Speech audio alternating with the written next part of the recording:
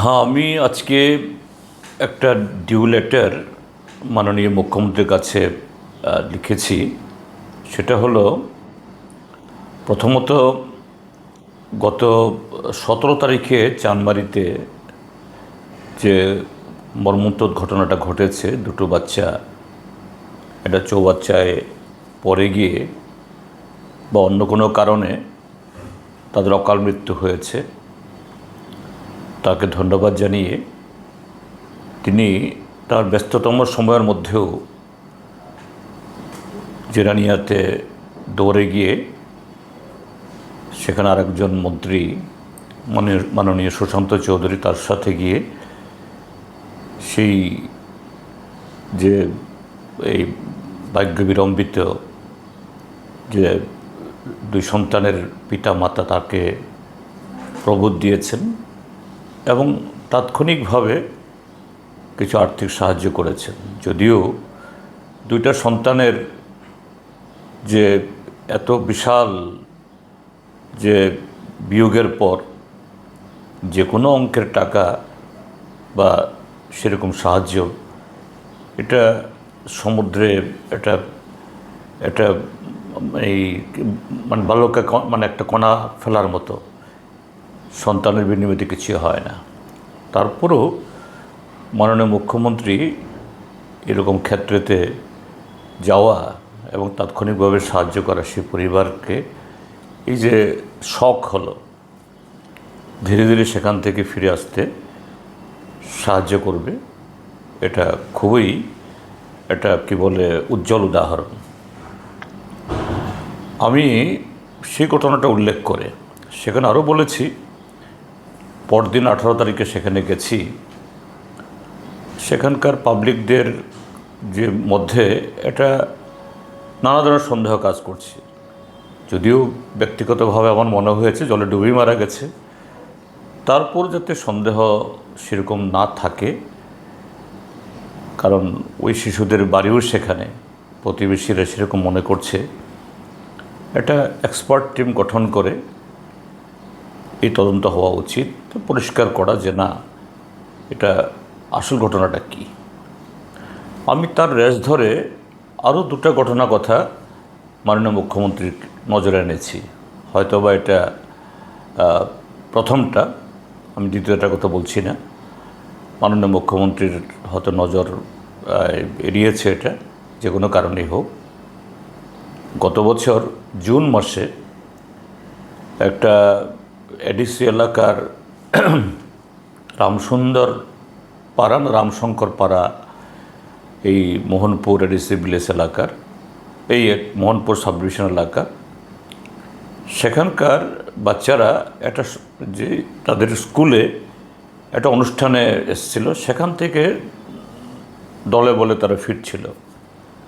তো বাচ্চারা জুন মাস মানে তো একটু গরম থাকেই, সেখানে ফরেস্ট ডিপার্টমেন্ট নতুন একটা জলাশয় করেছে, সেখানে স্নান করতে গিয়ে 5টা বাচ্চা ডুবে যায়। হয়তোবা তাদের সাঁতার জানা ছিল না, তার মধ্যে 3টে বাচ্চা কোনো প্রকারে ওরা বেঁচে ফিরতে পারে, কিন্তু 2টো বাচ্চা আমি নামধামও দিয়ে দিয়েছি, মা বাবার নাম সহ ঠিকানা সহ। একটা ক্লাস 4-এর ছাত্রী, আর একটা হলো ক্লাস 3 ছাত্রী। একটার নাম প্রিয়াঙ্কা দেববর্মা, আর একটার নাম পিয়ালি দেববর্মা। এই 2টো বাচ্চা মারা যায়। তারপর দুটো পরিবারই, যে 2টো বাচ্চা যে পরিবার থেকে আসছে খুবই গরিব, তারা ভিলেজ কমিটি, তহসিল, সম্ভবত এসডিএম মোহনপুরের কাছে কিছু আর্থিক সাহায্য প্রার্থনা করেছে। এরকম সময়েতে পরিবারগুলো যে অন্তত ফাইন্যান্সিয়াল একটু হেল্প পেলে একটু হলেও এদের এই মানসিক যে অবস্থা থেকে ফিরে আসার জন্য একটা জোর পায়। কিন্তু প্রায় 1 বছর হতে চলল, এক কপর্দগও কি এডিসি কি রাজ্য সরকারের কোনো জায়গা থেকে তারা সাহায্য পায়নি। তারপর দ্বিতীয় ঘটনা, চারবারের সাথে বললে পরে তৃতীয় হবে এটা।